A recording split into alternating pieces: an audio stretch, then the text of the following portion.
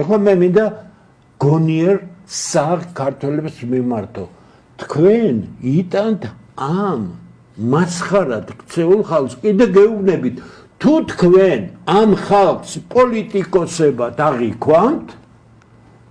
თქვენ მომავალი არ შეიძლება გქონდეთ. თქვენ ღირსი იქნებით მიიღოთ ის რასაც მიიღებთ. თუ ასე გაგრძელდება. ესენი არიან პოლიტიკოსები დააკვირდით არაფერი არ შეუძლია თქვათ ჩვენი მეგობრები და პარტნიორები და დასავლეთის გარეშე მეტი არაფერი არ იციან. ნახეთ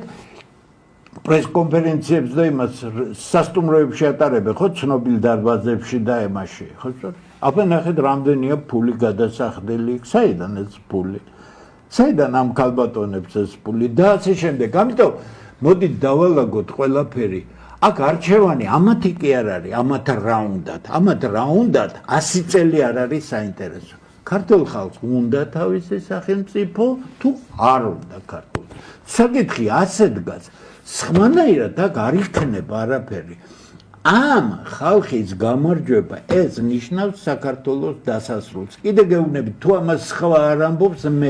მე მზადა ვარ ამ ხალხს თუ ძალიან კარგად ვიცნობ უდიდეს უმრავლესობას ვიცნობთ ხო როგორც არ შეიძლება ადამიანთა გარკვეული ჯგუფიდან გამოვიდეს მომღერალი, იმიტომ რომ ეს ადამიანები ვერაფრით ვერ იმღერენ. აი მე მაგალითად ვარ პროფესიონალი მსმენელი, ფანტასტიკურად კარგი მსმენელი, მაგრამ მე რო სცენაზე ვიმღერო, ალბათ ჩემზე უზრდელი და ტუტუცი ადამიანი არ იქნება, ხო? ეს ადამიანები უზრდელები არიან, კიდე გეუბნებით, იმიტომ რომ სახელმწიფოს სახელით ლაპარაკობენ იდეოლოგიზირებული თანაც მარიონეტული სულისკვეთებით და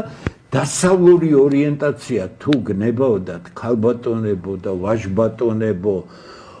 ხელისუფლებაშიც იყავით ვინ დაგიშალათ კლასიკური კარგი კანონზე წესრიგზე სამართალზე მეცნიერებაზე განათლებაზე დაფუძნებული სახელმწიფო აგვეშა ეს არის დასავლეთი ეს თუ არ არის და დასავლეთი LGBT თუ არის მაშინ ჩვენ ასეთ დასავლეთზე უნდა ვთქვათ ვარი და ეს სულაც არ ნიშნავს რომ ჩვენ ახლა რუსებს ბაბაიას ძახილს დაუწყებ და